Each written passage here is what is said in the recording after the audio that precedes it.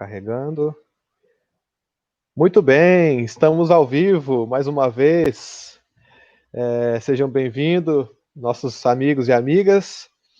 Estamos aqui hoje, então, nosso segundo programa do Conjectura, dessa vez com a ilustríssima presença do professor Daniel Miranda, da Faculdade de Ciências Humanas da Universidade Federal do Mato Grosso do Sul.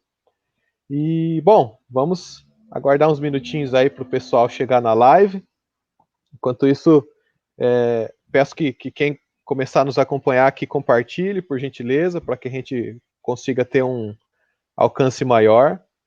Estamos tentando também fazer, dessa vez, a transmissão no YouTube, simultaneamente, pelo nosso canal.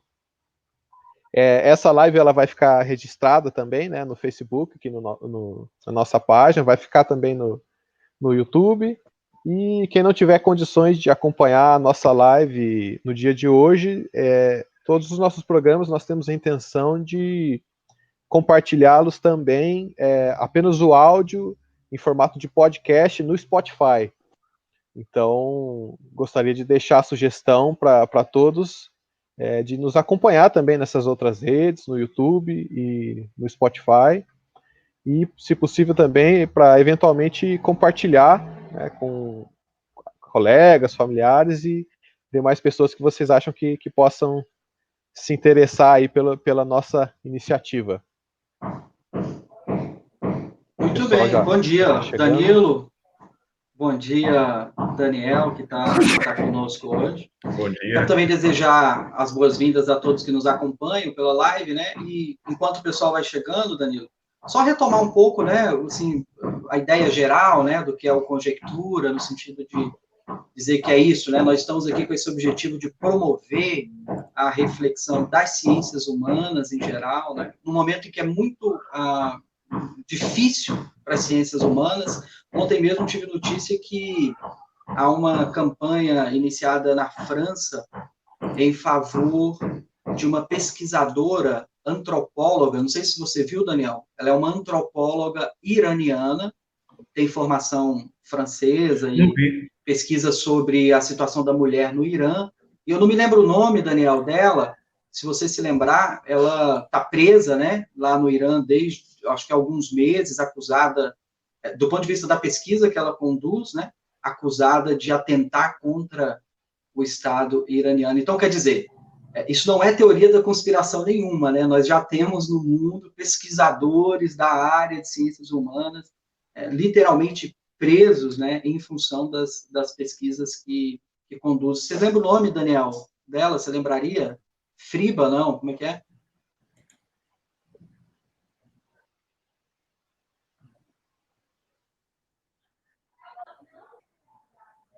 Daniel, tá nos ouvindo?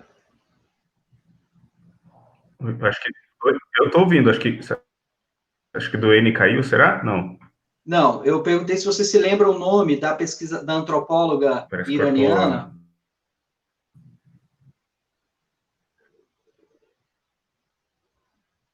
Acho que está tendo algum probleminha técnico ali com o Daniel. Daniel, o N perguntou se você lembra o nome da antropóloga que estava sendo perseguida.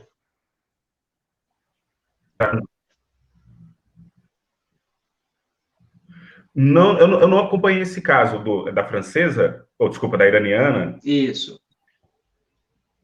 Não, eu não acompanhei esse caso, ele. Não sei o nome dela. Bom, de todo modo a gente pode acompanhar, é uma pesquisadora franco-iraniana, né? Eu acho que ela é de nacionalidade iraniana e fez toda a formação na França.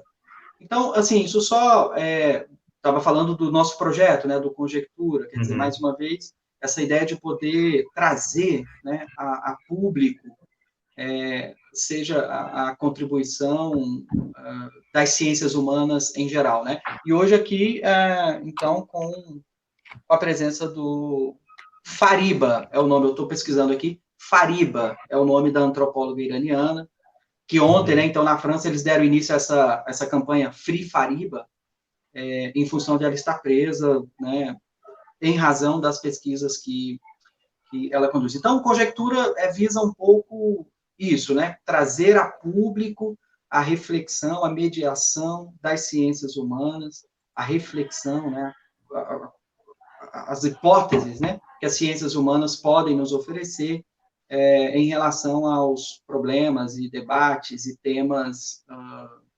da atualidade. É esse o nosso objetivo. Como que está aí, Danilo? A gente Acho pode que podemos avançar? podemos já começar oficialmente, então. O pessoal já está chegando, né? Já temos aí alguns compartilhamentos. Então, Daniel, gostaria então que, por gentileza, você se apresentasse para o nosso público. Bom dia para todas as pessoas aí que estão nos acompanhando ao vivo ou que estão vendo depois aí a gravação.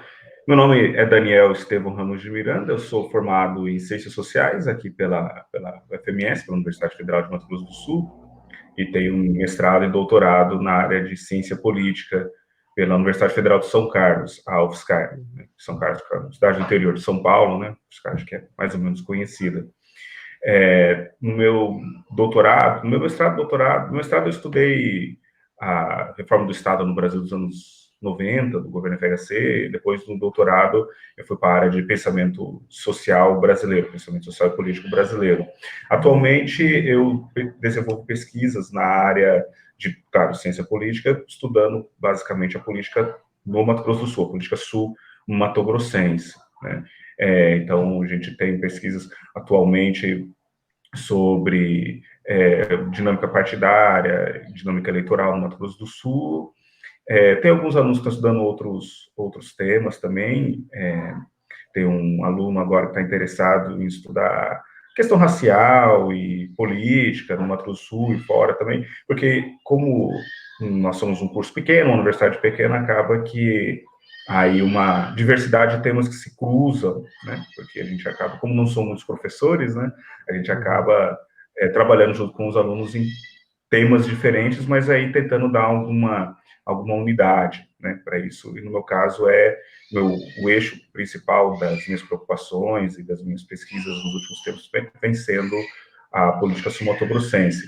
A gente finalizou uma pesquisa, estamos finalizando sobre também o secretariado estadual, sobre o poder executivo e composição do secretariado estadual, do alto escalão do governo sul-mato-grossense.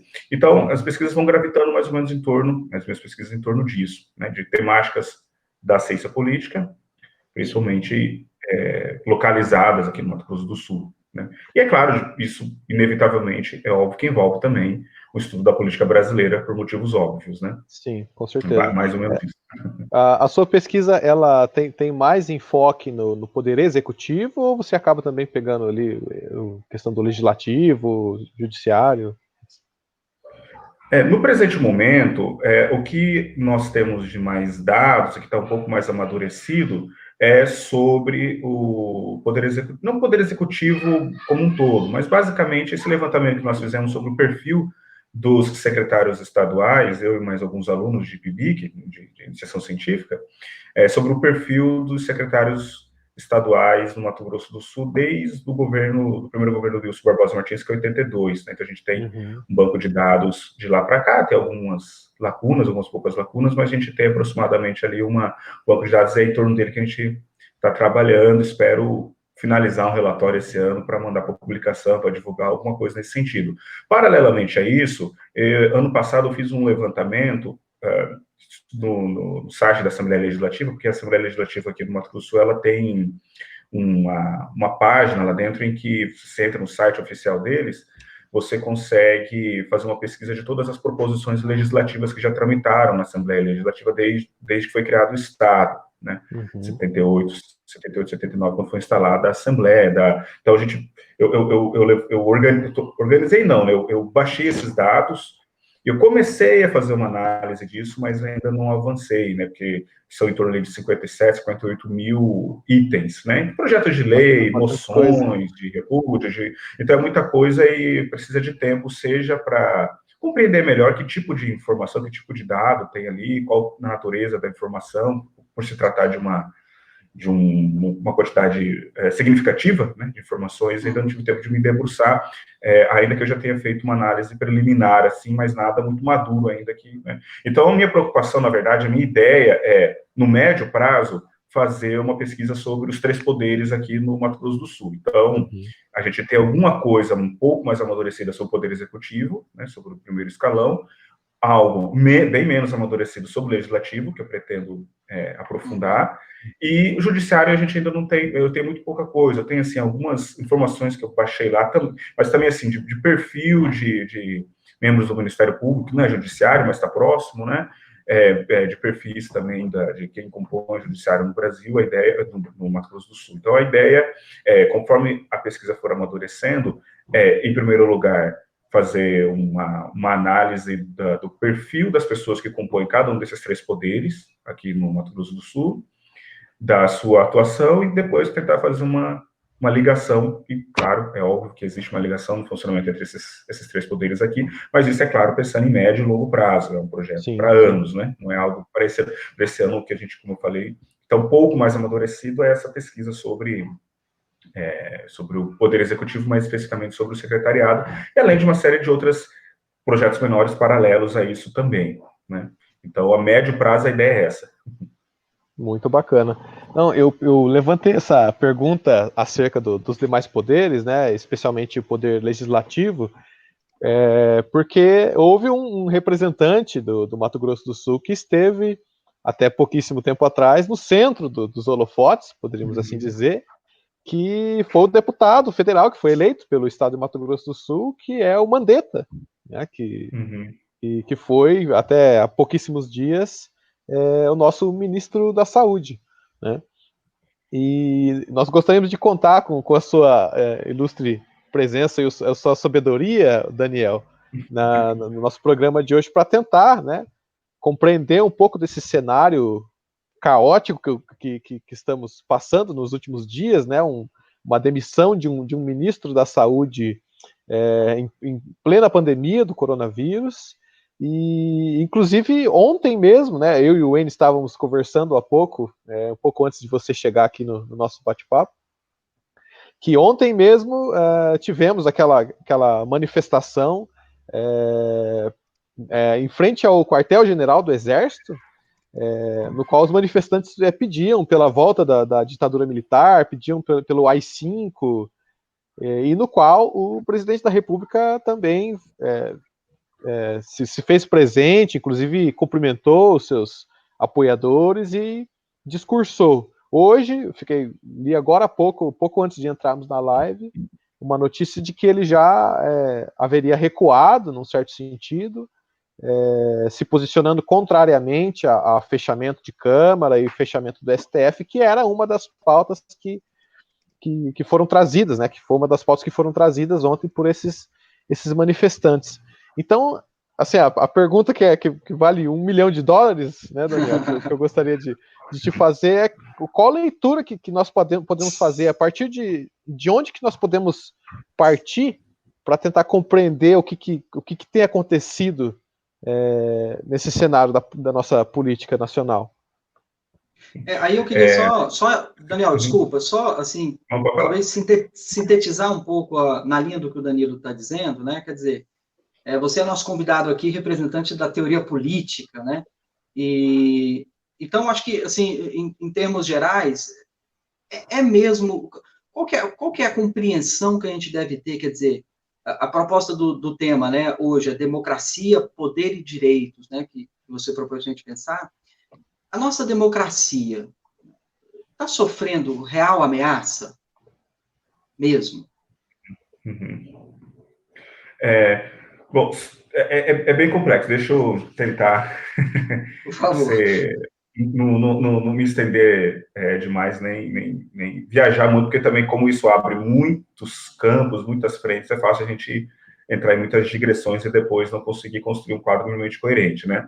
Bom, mas o primeiro ponto, só fazer uma pontuação, o Luiz Henrique Mandetta, ele foi deputado por 2 vezes, foi eleito, se não me falha a memória, 2010 e 2014, mas agora ele não é deputado, né? Ele nem sequer tentou a reeleição, ele disse que não, ele já deu declarações que ele achava que não iria conseguir reeleição e também havia se cansado, né? E foi quando veio o convite do Jair Bolsonaro, já eleito presidente da República em 2018, para ele ser ministro da Saúde, né? E a justificativa do Bolsonaro era de que ele era médico e, portanto, tinha ali um aspecto técnico, né? Tinha uma dimensão técnica, além de ser uma pessoa experiente também, foi secretário da Saúde aqui em Campo Grande, na gestão do Nelsinho Trade, que hoje é senador, né? Também que representando o Estado. E também outro fator que pesou, e na minha leitura pesou mais do que o fato do Mandetta ser médico ou ter experiência, era a relação dele com o Bolsonaro. O Bolsonaro disse, nós somos colegas na Câmara, como deputados, e a gente tinha uma boa relação, então eu convidei ele. Então, o Mandetta ele foi escolhido por esses dois critérios, né? O critério pessoal, pela sua proximidade com o Bolsonaro, quando ambos eram deputados federais, e, é claro, é óbvio também pelo fato dele ter essa experiência prévia profissional, na área da saúde, né? Então, apesar dele ser do DEM, apesar dele ser do Mato Grosso do Sul, nenhum desses dois fatores foi relevante, porque o Bolsonaro não vem, ele não usa esses critérios que foram usados pelos presidentes anteriores para construir o seu ministério, porque praticamente todos os presidentes anteriores, desde o FHC, pelo menos, a gente poderia colocar aí também o Itamar, entre outros, eles sempre procuraram, os presidentes da República sempre procuraram, de alguma forma, tentar equilibrar uma representação partidária e regional, né? Ou seja, de ter no seu ministério pessoas que fossem representantes de determinados partidos, né, que formavam a chamada base de apoio, né, ou a coalizão, de coalizão partidária de apoio, e como o Brasil é um país federativo, muito grande, e assim por diante, então não bastava, por exemplo, você botar alguém do partido tal em tal ministério, porque todos os partidos grandes, pelo menos, eles têm deputados, senadores, prefeitos, governadores no Brasil inteiro. Então, se você escolhe um ministro que é do Nordeste, a ala daquele partido que é do Sul, por exemplo, vai precisar também ter uma participação naquilo para não provocar um racho dentro do partido. Então, o Bolsonaro não usou nenhum desses dois critérios, nem o critério regional, nem o critério partidário. Então, é meramente coincidência a gente ter tínhamos, né, até semana passada, dois representantes do Mato Grosso do Sul, a Tereza Cristina, que ainda permanece no Ministério da Agricultura, e o Mandetta é coincidência, né? Eles serem ambos matogrossenses e do mesmo partido, porque o Bolsonaro não usou esse critério partidário ou regional para compor o seu ministério. O critério dele foi um misto de critério pessoal e de critério que a gente poderia dizer assim, de construção de imagem, né? Então, eu coloco lá a Tereza Cristina para construir a imagem de que o meu governo é preocupado com o agronegócio. Eu coloco lá um médico para construir imagem que o meu governo é técnico. Eu coloco o Sérgio Moro para construir imagem que o meu partido não vai se dobrar, não vai aceitar a corrupção e assim por diante. Então, as escolhas deles, elas podem ser consideradas técnicas ou não, pode se questionar em que medida essas pessoas que foram escolhidas eram as mais adequadas do ponto de vista técnico, mas o mais importante é que ele queria construir uma imagem e ter ali e reforçar, digamos assim, o impacto reputacional do seu governo, ou seja, mostrar que ali havia um governo técnico, sério, que não se rendia, né, ao esquema de governo que supostamente estaria em vigência no Brasil até então. E, a partir dessa composição de ministério, eu acho que a gente pode partir disso para descortinar, para abrir um pouco, para tentar compreender um pouco esse quadro e o que vem acontecendo no Brasil desde o ano passado para cá. Porque, se nós nos lembrarmos, o Bolsonaro foi eleito prometendo acabar com o chamado toma lá da cá. O que era esse tal desse toma lá da cá, né, que é uma expressão coloquial para designar o que supostamente seria o funcionamento das instituições no Brasil, o funcionamento das relações entre o Poder Executivo e o Poder Legislativo. Esse toma lá da cá, basicamente, seria ali a perspectiva de que presidentes no Brasil só conseguiriam governar se eles loteassem cargos, né, no Poder Executivo, literalmente, se o Executivo comprasse, né, os deputados. Era essa mais ou menos a ideia, né? E, é claro, o grande problema disso, além de ser considerado algo em si ruim, é que seria um caso, uma porteira aberta, um campo aberto para a corrupção. E essa associação entre o chamado presidencialismo de coalizão, que é essa expressão que resumiria essa relação, essa suposta relação entre poder executivo e poder legislativo. Então, esse presidencialismo de coalizão, também chamado de toma lá da cá, ele teria sido estaria na raiz da corrupção no Brasil, né? E a Operação Lava Jato, a partir de 2014, ao revelar e mostrar uma série de casos de corrupção e que foram explorados incessantemente pelo noticiário, isso ajudou a cristalizar essa imagem que associa o nosso sistema político, né, o presidencialismo, à corrupção. Então, de lá para cá, de 2014 para cá, a gente vê uma intensificação das propostas de reforma política, propostas por deputados, por partidos, por acadêmicos, por ministros do STF. Todo mundo tem uma ideia de proposta de reforma política, todo mundo tem um diagnóstico, e quase todos esses diagnósticos, de alguma forma, gravitam em torno dessa leitura do chamado presidencialismo de coalizão, ou seja, da ideia de que a necessidade do presidente de, entre aspas, comprar os deputados leva à corrupção. E é contra isso que o Bolsonaro, em parte, foi eleito. Não só por causa disso, é óbvio, mas isso é um ponto importante no discurso dele, que apesar de ser algo conjuntural, algo que esteve presente ali na conjuntura das eleições de 2018, ela remete a algo que é sistêmico, que é estrutural, que é maior, que é a leitura que os atores fazem, a compreensão que eles têm do que é a nossa estrutura, o nosso sistema político, de como que ele funciona, né? Então, eu penso que para a gente, assim, para ter uma compreensão, a meu ver, é óbvio, né, inicial sobre o que o Bolsonaro representa, em certa medida ele representa a circulação e até certo ponto a cristalização, o fortalecimento dessa imagem negativa do modo como a política brasileira via sendo feita até o governo Temer, né? E uma leitura específica sobre isso, né? Porque, é claro, se a gente parar para ler e ouvir as pessoas falando sobre o que elas entendem por toma lá da cá, presidencialismo de coalizão, essa expressão ela abriga muitas ideias diferentes, né? E essa expressão, presidencialismo de coalizão, ela tem uma origem acadêmica, é um artigo já muito famoso, em que ele estava analisando nem tanto o regime democrático brasileiro atual, porque, na verdade, nem a Constituição de 88 havia sido promulgada ainda, né? Ela seria promulgada só em 88. Então, ele estava olhando mais para trás, ele estava olhando mais para o regime de 46, 64, que se encerrou com um golpe militar. Desculpa, Daniel, houve uma pequena falha no áudio. Ele quem? Você está citando quem? Mencionando o artigo, Isso, a expressão presidencialismo de coalizão, ela foi criada por um cientista político ali por volta de 86, 87, me falha agora exatamente o ano, acho que é 87, mas eu sei que antes da Constituição de 88.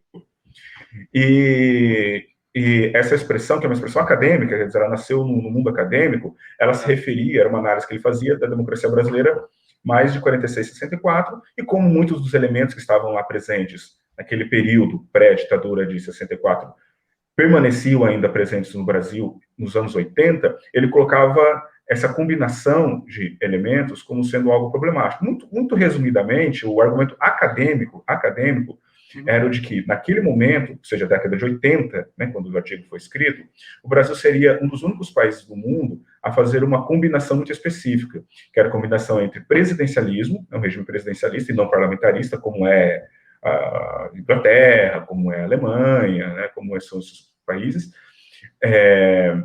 um sistema partidário multipartidário e um sistema eleitoral em que o legislativo é eleito por sistema de representação proporcional. Então, essas três características, essa combinação seria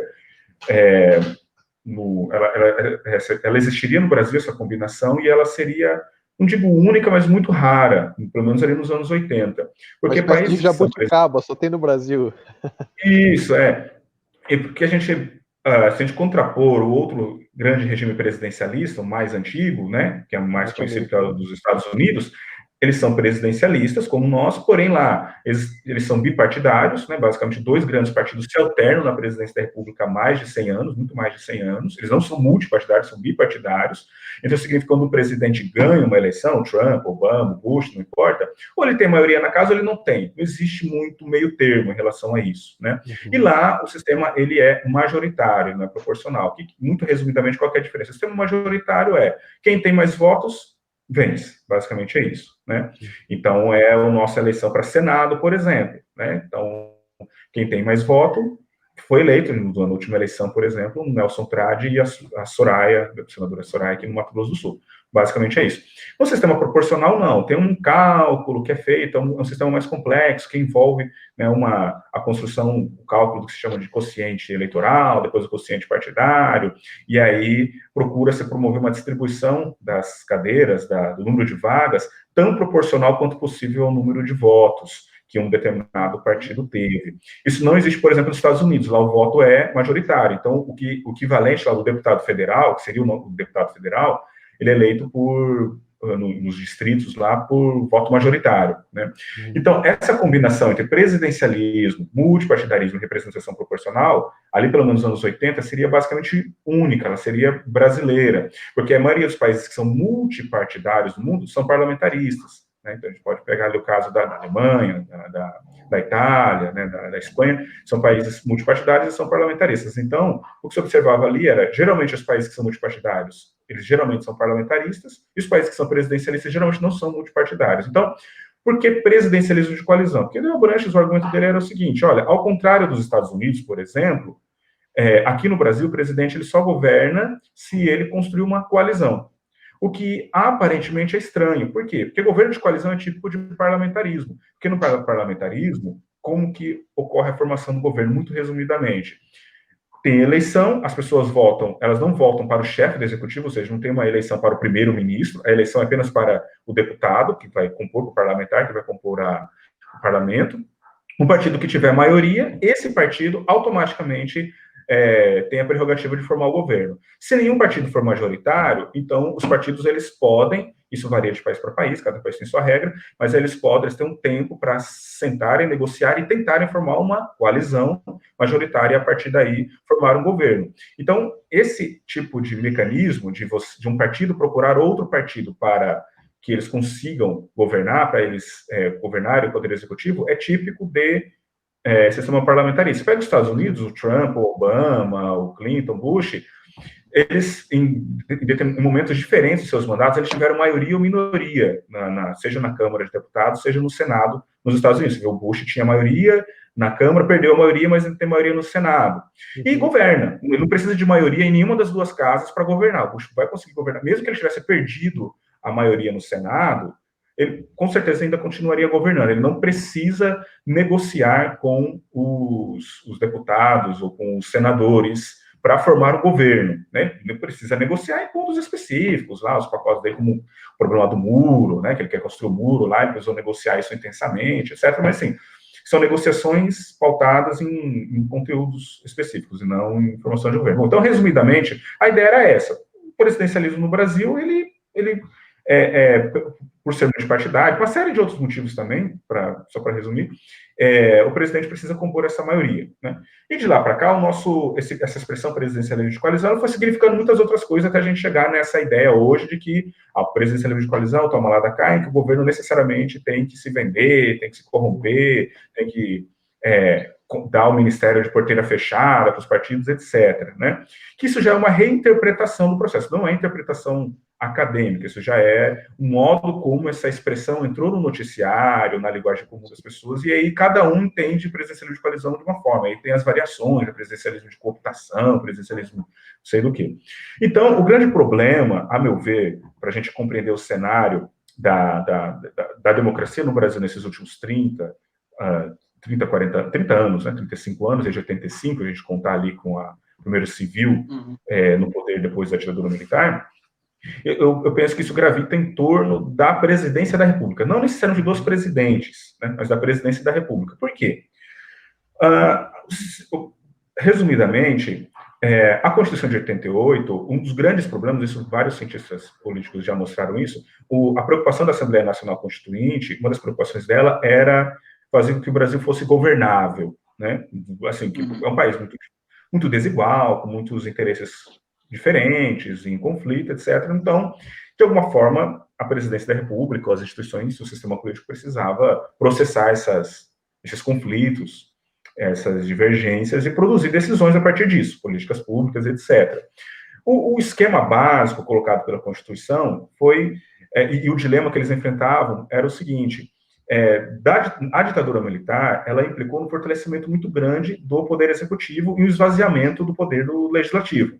Então, o legislativo retomou a sua força nos anos 80. Só que os legisladores, né, os deputados, os senadores, eles tinham plena consciência de que esse fortalecimento do legislativo não poderia ser um fortalecimento na esfera governamental. Quer dizer, o legislativo não deveria governar, porque ele não teria a celeridade, o ritmo, a capacidade de fazer isso, ele não teria a capacidade de dar respostas à sociedade no ritmo que os problemas sociais precisam ter, né, de termos de resposta. Então, eles fortaleceram em alguns pontos, ao mesmo tempo que eles limitaram o poder executivo, eles fortaleceram, eles mantiveram pelo menos a força do poder executivo. Por exemplo, por meio das medidas provisórias, por meio das prerrogativas exclusivas, por exemplo, só o Poder Executivo pode propor orçamento, né, lei de diretrizes orçamentárias, só o Poder Executivo pode, por exemplo, propor a criação e instituição de órgãos burocráticos. Então, existe uma série de iniciativas que são exclusivas do Poder Executivo, porque a ideia é basicamente o seguinte: se a gente precisa governar, a gente precisa dar respostas para a sociedade, a gente precisa produzir políticas públicas. O Congresso Nacional sozinho não é capaz de ter não tem essa capacidade, essa agilidade, vamos colocar assim. Então, vamos dar alguns poderes para o Executivo, mas esses poderes fazem com que o Executivo tenha a capacidade de iniciativa, porém essa iniciativa não vai ser ilimitada, não vai ser arbitrária como era na ditadura militar. O Congresso Nacional vai formar como um peso. Então, se fosse num jogo, a bola sempre começa com o Poder Executivo, né? Então os presidentes da República sempre tiveram poderes e recursos suficientes para iniciar um determinado processo político, e o Congresso Nacional passou a ser, na acepção clássica, exercer o seu papel de freio e contrapeso, né, para lembrar a fórmula do Montesquieu, lá dos freios e contrapesos, né, do Montesquieu, dos federalistas também, nos Estados Unidos. E de lá para cá, o que a gente veio observando, que esse sistema mais ou menos funcionou, ou vem funcionando, né, com exceção do Collor e da Dilma, que caíram, mas o FHC fez uma série de reformas, o governo Lula também fez uma série de empreendimentos, o governo Temer fez um monte de reformas, pelo menos tentou propor várias reformas, e em todos esses casos, o que há de comum é que o presidente tomou a iniciativa. Reforma da Previdência, reforma trabalhista, agora no governo Temer, ou o Plano Real, lá atrás, em 94, né? Então, todas as grandes políticas públicas, todas as grandes decisões tomadas no Brasil, em certa medida, tiveram por iniciativa a presidência da República. Uhum. Ô, Daniel, deixa eu só, acho que travou um Não sei pouco a se sua ele está nos imagem ouvindo aqui. Num vácuo, não de maneira unilateral, mas contando com a colaboração, mas... Uhum. Sim, acho Não, que deu desculpa, uma cortada no seu áudio, pode falar, Wendy. Deu uma falha, Cortou, não ouvi. Mas eu queria aproveitar aqui, assim, só para retomar um pouco, eu acho que retomar o que você está dizendo, né, talvez de um ponto de vista mais didático, quer dizer, nós temos um sistema político, né, muito complexo, muito típico, né, ao modo brasileiro, que explicaria, né, uma série de situações que a gente vive aqui, mas do ponto de vista do que você está expondo e do ponto de vista da nossa proposta aqui de conjecturar, de pensar saídas, né, muitos analistas políticos, estou dizendo no sentido geral, têm apostado na tese de que esse sistema se esgotou, não é? E que, de algum modo, ele não responde mais, né, inclusive aos anseios da população, a ponto de, por exemplo, ontem nós tivemos cidadãos brasileiros indo às portas dos quartéis, dizendo que não quer mais o sistema atual, que quer outro modelo, né? No caso deles, né? Dizendo que preferem a ditadura e etc. Outros analistas apostam numa outra solução. Não, o modelo realmente tem que mudar, talvez o parlamentarismo, né? seja um modelo aí no horizonte e tal. Como é que você vê, do ponto de vista de hipótese ou de solução desse impasse, assim, no horizonte teórico das ciências humanas, né? Para onde a gente deveria, do ponto de vista político, social, orientar nossas energias políticas, assim, no momento? Sim. Então, eu penso o seguinte, então, como a presidência da República tem muito, pela Constituição e pela uma série de fatores também, que eu não vou entrar, ela acaba, em certa medida, sendo o centro de gravidade do sistema político brasileiro. Muitas desses outros fenômenos, muitos desses outros processos, eles acabam, até certo ponto, tendo vida própria e, até certo ponto, respondendo à iniciativa da presidência da República. O que a gente observa ao longo da década de 2010 em diante? A gente observa um enfraquecimento relativo da instituição presidência da República diante de outros poderes. A gente vê um crescimento do STF, seja dos ministros cada vez falando mais, se manifestando mais e tomando decisões, muitas vezes controversas. Então, a gente, por exemplo, algo que se tornou até comum nessa década, o STF, ou pelo menos o judiciário, não necessariamente o STF, mas algum juiz barrar, por exemplo, a nomeação de ministro. Aconteceu com Lula, aconteceu com a Cristiane Brasil. Então, assim, é o poder judiciário se colocando como, né, tutor, como pode alguém assim que dizer. teria... Oi? Uma espécie de tutor do executivo? Isso, alguém que delimitaria, né? Só para acrescentar, acho que ainda a respeito desse enfraquecimento que se observa de 2010, nós também tivemos a PEC do teto de gastos, né? Que limita bastante a atuação do executivo no direcionamento dos recursos públicos, né, para determinadas áreas, né? E assim, eu gostaria de, para deixar claro, assim, do seu ponto de vista, você acha que por exemplo, esse modelo de presidencialismo de coalizão, ele tem se enfraquecido em virtude de um enfraquecimento da figura da presidência da República? Eu pergunto isso para tentar esclarecer pelo seguinte motivo. Há pouco você havia mencionado o sistema norte-americano, né, que é um sistema bipartidário, né, e no qual os presidentes eles conseguem governar com mais autonomia, pode-se assim dizer, do que em comparação com o Brasil. Nós tivemos agora, recentemente, por exemplo, o caso do Trump, que, embora tenha passado o processo de impeachment na Câmara, né, esse processo ele foi rejeitado no Senado, mas me parece, e aí eu te faço essa pergunta para tentar estabelecer essa comparação e compreender um pouco melhor o cenário brasileiro, que o Trump ele consegue ter muito mais autonomia e não precisa, em virtude da própria estruturação do sistema político norte-americano, mais autonomia para governar do que tem, por exemplo, Temer, Bolsonaro e outros presidentes que por aqui passaram. Essa autonomia que ele tem em virtude do fato dele não ter que negociar cargos? Você acha que tá por aí o problema? E aí, me emendando assim, para tentar esclarecer e voltar um pouco para a questão do Wayne, né? Você acha que se é esse o problema, se é esse toma lá da cá, ou essa, pode-se assim dizer, negociação, que inclusive foi novamente aludida pelo presidente da República ontem, né, nas manifestações, onde ele se posicionou contrariamente a esse tipo de negociação, ao que ele chama de velha política, que ficou bastante conhecido, né, também pelos noticiários. Você acha que a saída poderia ser o parlamentarismo, onde o chefe do executivo seria escolhido, ou se haveria uma saída, vamos dizer assim, no meio termo, no qual se poderia conferir um pouco mais de autonomia para a figura do presidente da República? Queria que você conversasse um pouco, assim, para a gente entender um pouco mais esse cenário, assim, parece bastante claro que há esse esgotamento de fato, né? A própria eleição do Bolsonaro parece ser um reflexo disso, e as manifestações que têm ocorrido também parecem dar esse indício. Não sei se você concorda com esse diagnóstico, mas queria te ouvir um pouco a esse respeito. Coloquei muitas perguntas, mas é para a gente ir dialogando. Tentando vincular a sua fala com a pergunta do N, o que eu penso? Então, tem observa-se nessa última década esse enfraquecimento relativo da presidência da República por vários motivos, enquanto instituição. Então, a gente observa um fortalecimento, como disse, do Poder Judiciário, que cada vez mais vem se, digamos assim, adentrando determinadas zonas de decisão que tipicamente são do Poder Executivo. A gente tem um fortalecimento do Ministério Público, isso é óbvio, principalmente a partir da Lava Jato.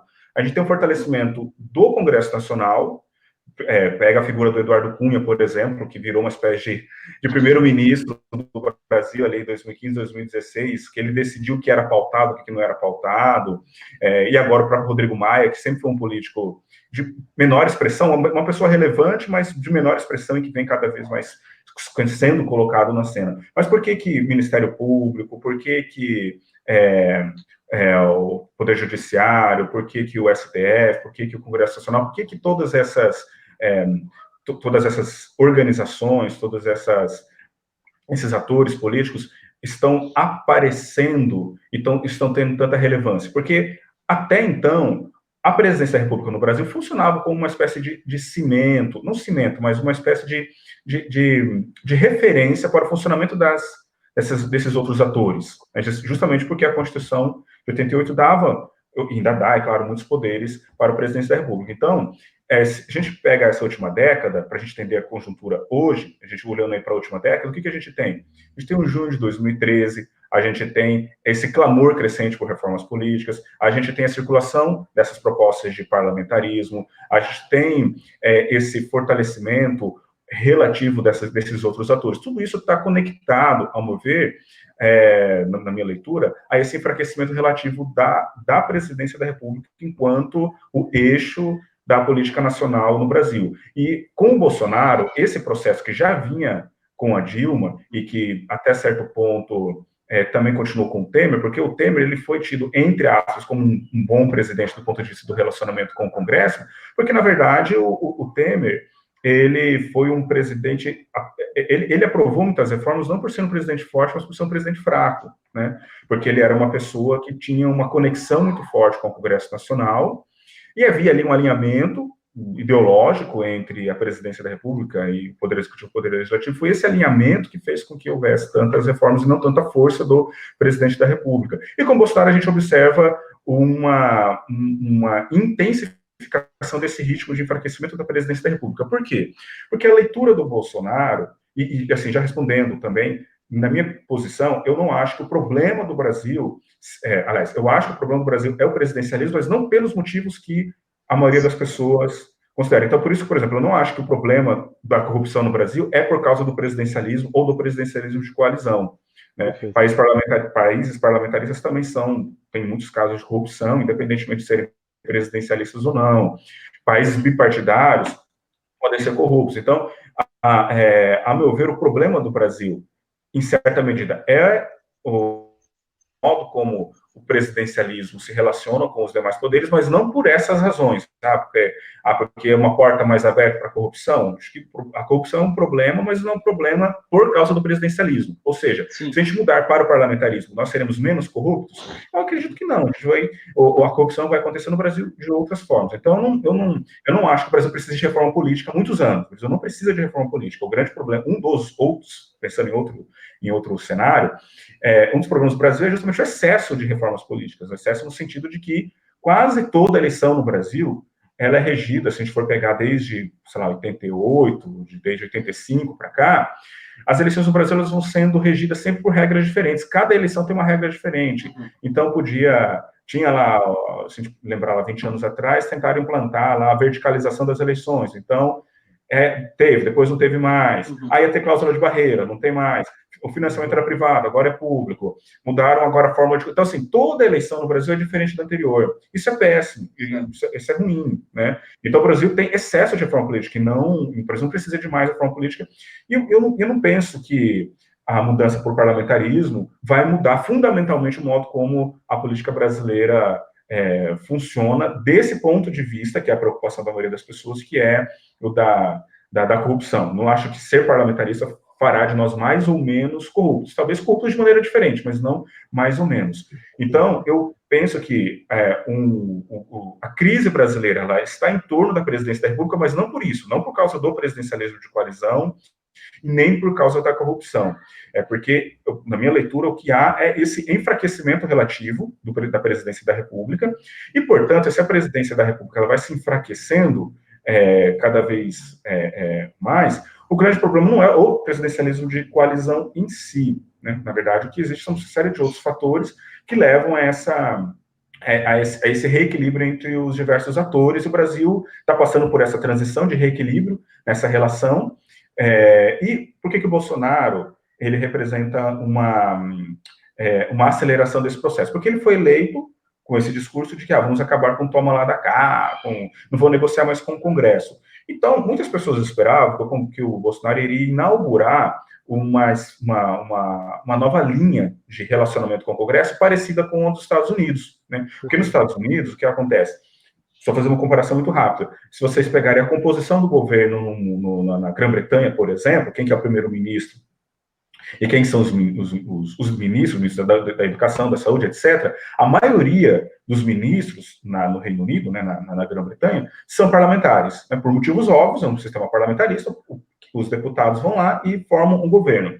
Nos Estados Unidos, não apenas você não vai encontrar deputados, senadores ocupando cargos de secretário de ministro na Educação e Saúde, como lá é terminantemente proibido. É proibido que congressistas se tornem ministro. E o Brasil está no meio termo, né, porque a gente tem uma parte dos nossos deputados dos nossos ministros que são parlamentares, caso da Teresa Cristina, por exemplo, do Nix Lorenzoni, né, e parte que não é. O Brasil é meio que um misto. Então, qual que era a expectativa que muitas pessoas tinham? O Bolsonaro vai inaugurar uma nova linha de relacionamento mais próxima da norte-americana do que da inglesa, ou seja, de fazer um governo pautado não numa coalizão permanente, né, mas de fazer negociações ponto a ponto. Então, tem uma proposta de reforma da Previdência, envia e negocia essa proposta. Tem uma proposta de reforma tributária, envia e negocia, e você vai formando coalizões temporárias, né, e não coalizões permanentes, né, tenta formar uma base de apoio em torno de questões e não em torno de governo. Porém, o que o Bolsonaro não fez foi isso, né? Na verdade,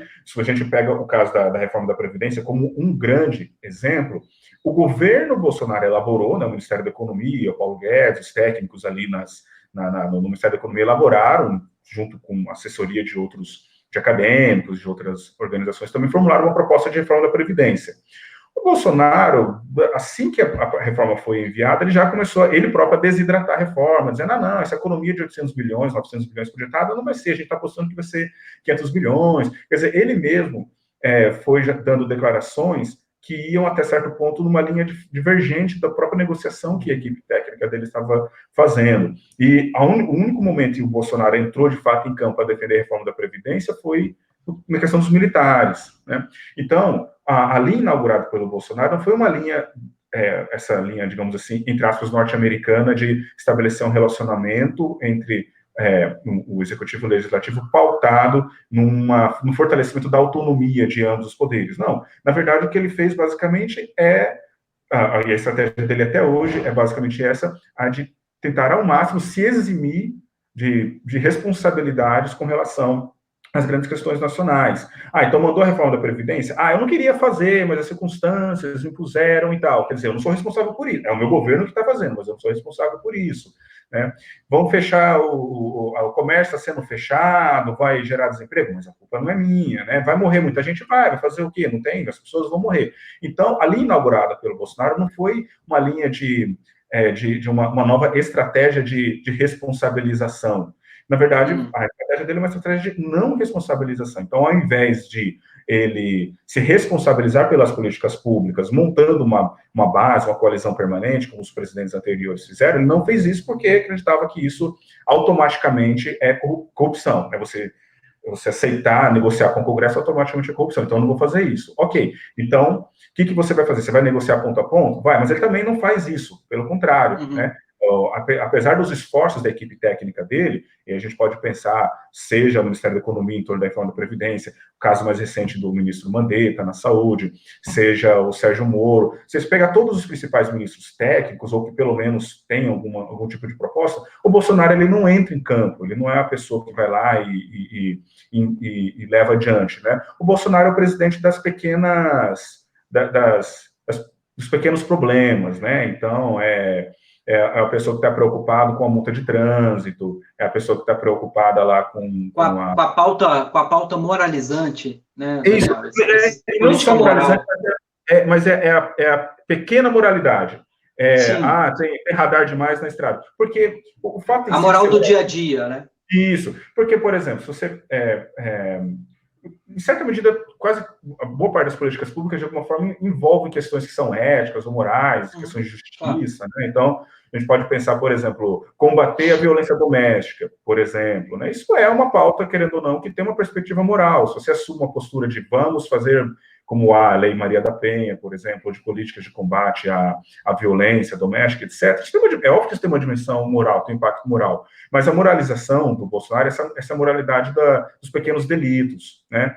Essa moralidade dele ir lá pescar na zona que era proibida, lá no lugar de proteção ambiental, e atacar as instituições, como o IBAMA, por exemplo, ou o ministro Salles, que demitiu agora lá fugiu agora um técnico que foi responsável por uma ação contra garimpo ilegal.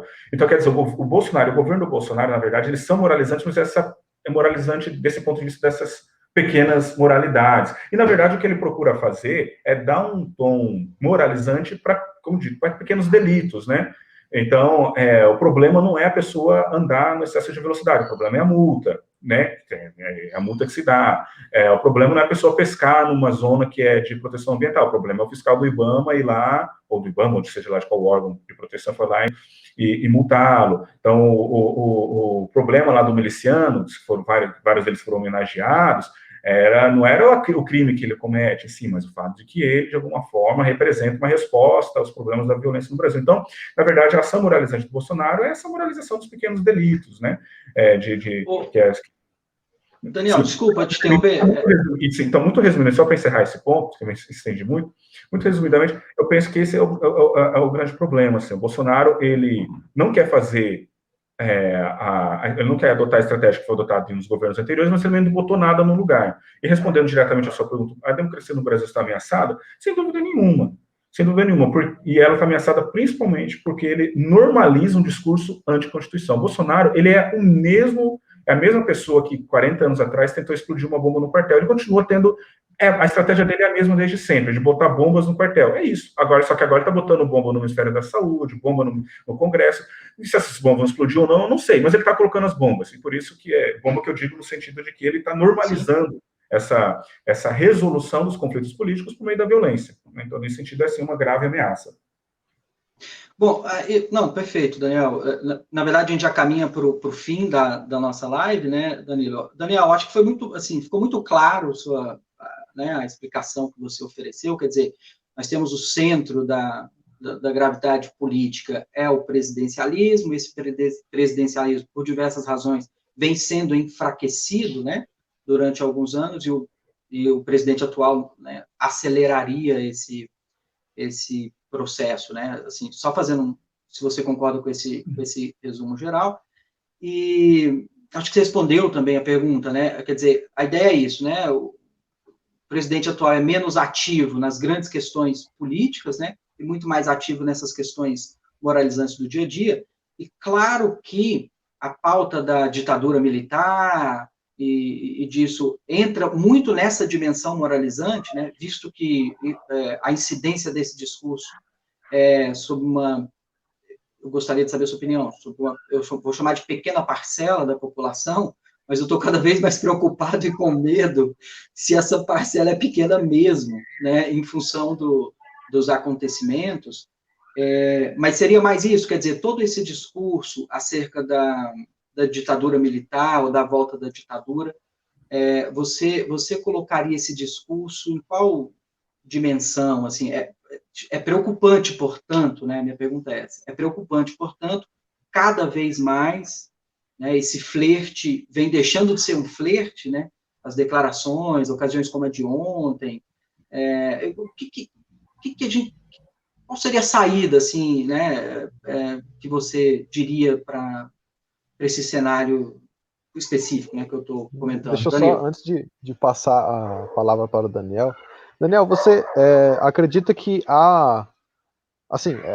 Bolsonaro já deixou claro em outras oportunidades que ele assim, se dependesse dele, a estrutura política do Brasil seria outra, né? Ele já demonstrou muitas vezes também o seu alinhamento com os militares, inclusive com medidas de viés mais autoritário. Mas, como você falou dessa questão do enfraquecimento da instituição Presidência da República, né, eu fiquei pensando porque me parece que o Bolsonaro, ao contrário daqueles que o antecederam, Temer, Dilma, etc., ele não apenas não tem força para dialogar com o Congresso, como você bem colocou, né? Ele é o presidente das pequenas pautas, ou seja, ele não se coloca como uma figura de liderança que se espera de um presidente da República. Né? Ele não é o cara que vai levar adiante um projeto de nação, um projeto de reformas e que vai se colocar como mediador dessas reformas. Na medida em que ele se esconde dessa tarefa, por assim dizer, me parece, então, que há uma espécie de carência, e esses movimentos que surgem, então, como pedindo volta da ditadura, pedindo até o movimento pedindo parlamentarismo, não sei se poderia ser entendido nesse mesmo viés, mas me parece que eles vêm como uma espécie de resposta, no sentido de, olha, a instituição Presidência da República está enfraquecida, então precisamos de uma mudança. A pergunta que eu faço, pelo menos o que me parece, é que o Bolsonaro ele faz isso propositadamente, quer dizer, a sua inação enfraquece propositalmente a figura da Presidência da República. Não sei se você concorda com esse diagnóstico. Eu acabei desviando um pouco da questão do Wayne. Sim, não, mas eu acho que as duas colocações, elas convergem, porque a partir do momento em que não existe um claro centro organizador da política brasileira, quer dizer, você tem lá o STF tentando botar ordem, mas o STF sozinho não vai conseguir fazer isso. O Congresso Nacional, de alguma forma, fazendo algumas coisas, mas sozinho não vai fazer isso. O Ministério Público sumiu, né? Acabou praticamente de novo mais falar de Lava Jato. Aparentemente, certa corrupção, acho que acabou, né? Não tem mais Lava Jato. Por que essa pregação pela ordem? Porque, é claro, não existe um centro organizador da política brasileira agora de maneira muito clara. O Rodrigo Maia não tem condições de fazer isso, o Alcolumbre, o Toffoli, ninguém. Quem tem mais condições de fazer isso é aquele a quem a Constituição conferiu prerrogativas, que é a presidência da República. Como o Bolsonaro se nega a fazer isso, e não estou nem dizendo que ele deveria fazer igual ou ter a mesma estratégia que o Temer ou a Dilma, os governos anteriores, não, mas é ter alguma estratégia de negociação com os demais poderes, alguma estratégia de composição de uma nova ordem. E, sem dúvida nenhuma, essa ausência de um centro organizador da política, ela cria e dissemina e fortalece essa sensação de que nós estamos numa desordem. E, é claro, se nós estamos numa desordem, os grandes problemas do país são devido a essa desordem. Então, o que você precisa? De ordem. Se a gente precisa de ordem, a gente precisa de uma ordem forte, de uma ordem que seja que realmente resolva os problemas, que seja resolutiva, né? Que não seja corrupta, e aí, como o Brasil nunca enfrentou adequadamente o seu passado, porque a transição da ditadura militar no Brasil para o governo civil foi uma transição como se fosse um presidente transmitindo a faixa para o outro, foi algo normal, é como o FHC transmitindo a faixa presidencial para o Lula para a Dilma, e assim por diante, era uma coisa normal, não era uma mudança de regime, aquilo ali foi normalizado, principalmente a modo como foi feita a anistia, etc. O Brasil nunca enfrentou efetivamente o seu passado, e até hoje não enfrenta, tanto é que há esses discursos que não são só desconhecimento histórico, né? As pessoas não estudaram história. Em muitos casos, sim, pode ser desconhecimento histórico, mas em muitos casos as pessoas não estão ligando para o desconhecimento histórico. As pessoas hoje estão vivenciando uma situação, elas estão com a percepção de que há uma desordem no país, né? E que a resposta para essa desordem é o fortalecimento do poder executivo, e o fortalecimento do poder executivo, o grande modelo que nós temos de fortalecimento do poder executivo no Brasil de maneira unilateral é a ditadura militar, né? Porque se o grande problema do Brasil são os corruptos que estão no Congresso, o STF, etc., você só tem uma saída que é fortalecer o poder executivo. Ou seja, todos os demais poderes estão corrompidos, menos a presidência da República, é óbvio que a alternativa é fortalecer a presidência da República e não necessariamente chegar a uma ditadura, mas deixar o Bolsonaro governar, mesmo que ele não queira fazer isso, e agora em 1 ano e meio ele não fez isso por decisão dele, não foi porque ele foi impedido de fazer, porque quando ele quis governar, o governo, pelo menos ele, não ele, mas quando os ministros dele quiseram governar, tiveram bons resultados, assim, tiveram uma resposta do Congresso, das demais instituições. Então, o que a gente observa é que essa sensação, que esses pedidos de ordem, eles, em certa medida, não só por causa disso, mas também por causa disso, eles são resultados dessa ausência de para onde que o Brasil vai caminhar, né? Dessa ausência de uma perspectiva de curto e médio prazo, essa sensação de desordem,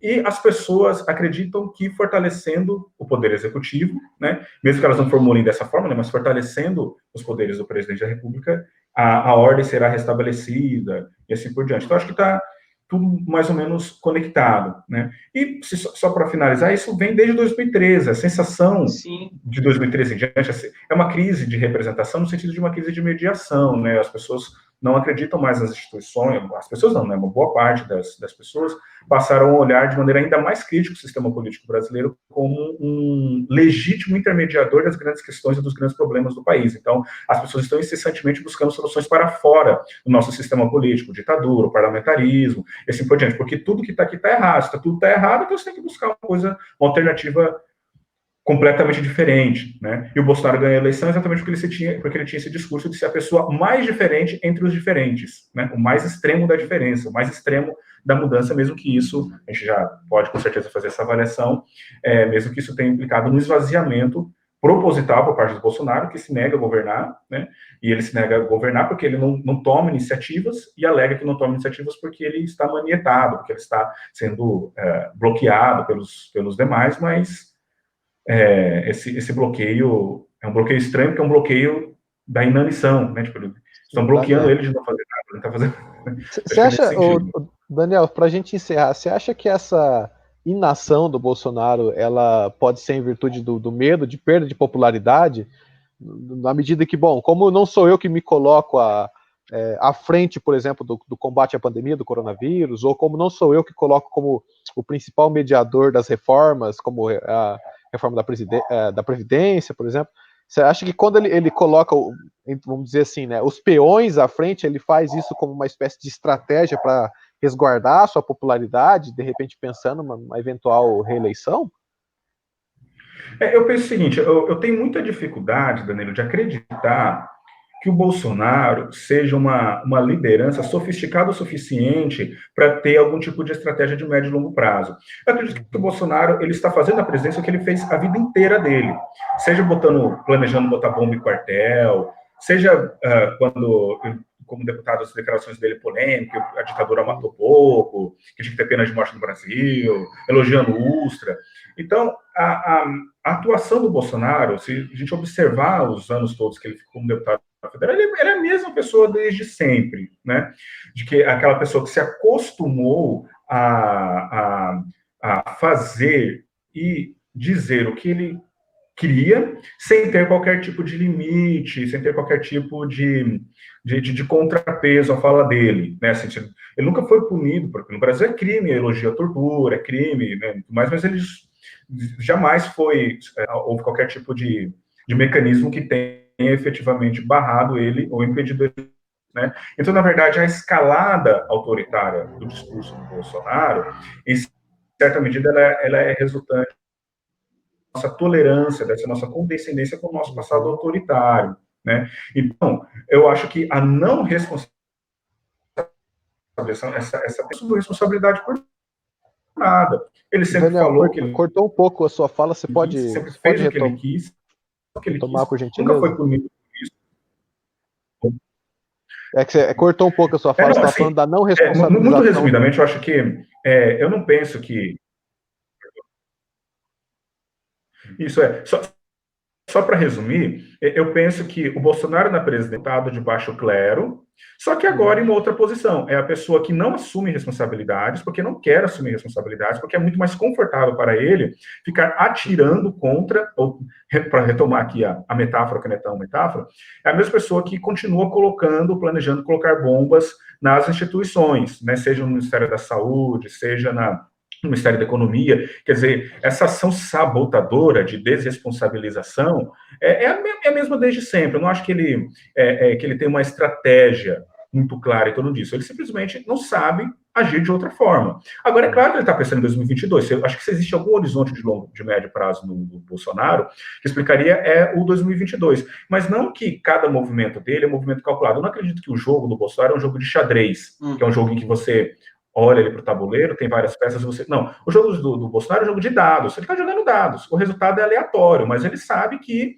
conforme ele vai jogando dados, ele vai empurrando isso adiante, e ele está esperando 2022, ele quer que 2022 chegue logo, entendeu? Então, eu não acho que ele tem uma estratégia para chegar a 2022, a estratégia dele é se comportar da mesma forma como ele sempre se comportou, agir da mesma forma como ele se comportou, e isso implica ele não ter responsabilidade. Então, eu não acredito que não assumir responsabilidade seja uma estratégia para chegar a 2022. Na verdade, isso, não assumir responsabilidades é uma consequência do perfil dele. Eu acho que ele não consegue agir de outra forma. Entendeu? Acho que ele não tem sofisticação suficiente. Ele sempre foi a figura de uma oposição não propositiva que, por acaso, agora está na situação, né? Que deveria ser. Ele continua sendo a oposição não propositiva, só que na presidência da República. Exatamente. É o cara que atira contra a própria Previdência, da reforma que o governo dele fez uma reforma da Previdência, ele mesmo atira contra. Perfeito, o Ministério da Saúde está tentando fazer uma coisa, ele atira contra, vai, padaria, etc. Ele é o mesmo parlamentar de baixo clero, de oposição, sem proposição, sem responsabilidade, só que agora na presidência da República. É a mesma pessoa numa posição diferente, só que infelizmente agora ele tem uma capacidade de estrago maior, né?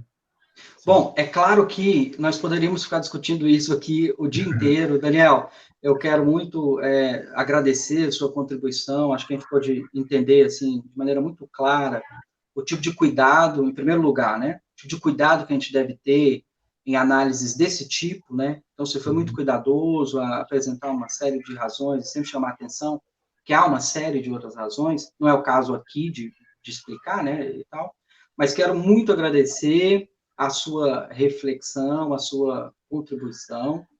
E acho que antes de encerrar, né, Danilo, tem uma questão assim, de ordem mais cultural. De ordem mais cultural, uma sugestão para a gente inaugurar aqui o quadro final do nosso programa. Quando a gente receber um convidado, a gente gostaria que ele deixasse uma sugestão cultural para os nossos espectadores. Pode ser um livro, uma série, um filme, um documentário, qualquer coisa do tipo. Você teria alguma recomendação para deixar, Daniel? Bom, desde já eu agradeço vocês também aqui pelo convite, pela participação aqui na live, nesse projeto, né? Acho que é uma coisa fundamental nessa nossa conjuntura, né? A dica que eu deixaria, nessa pandemia, eu não estou fazendo, infelizmente, eu não estou conseguindo muito aproveitar e ter muito... consumir coisas muito culturais, assim, né? Mas tem um canal no YouTube chamado Dust, que é de curta-metragem de ficção científica. Eu gosto muito de ficção científica, eu acho muito bacana, e tem, assim, dezenas, acho que centenas de curtas, assim, então, às vezes, você está ali às vezes você não está muito com tempo, ou com muita disposição para assistir um filme inteiro. Às vezes eu acho é um canal bem bacana, chamado Dust, D-U-S-T, Dust. Né? São curtas de ficção científica, que é uma coisa que eu gosto bastante. Muito legal, muito legal. Bom, então tá aí, Daniel. De antemão, nós já deixamos aí as portas abertas, tá? Para que, caso você queira e tenha a disponibilidade de participar novamente conosco. Agradeço muito, muito, muito a sua presença. Foi muito enriquecedor o diagnóstico que você trouxe. E, como o Henrique também colocou, né, muito, muito cuidadoso, né, na leitura da conjuntura atual. O que acredito eu, uma grande virtude, porque é muito fácil a gente se deixar levar pelas paixões, né, desse momento que está tão turbulento. Então, acho que você traz aí bastante luz para a compreensão dessa nossa conjuntura.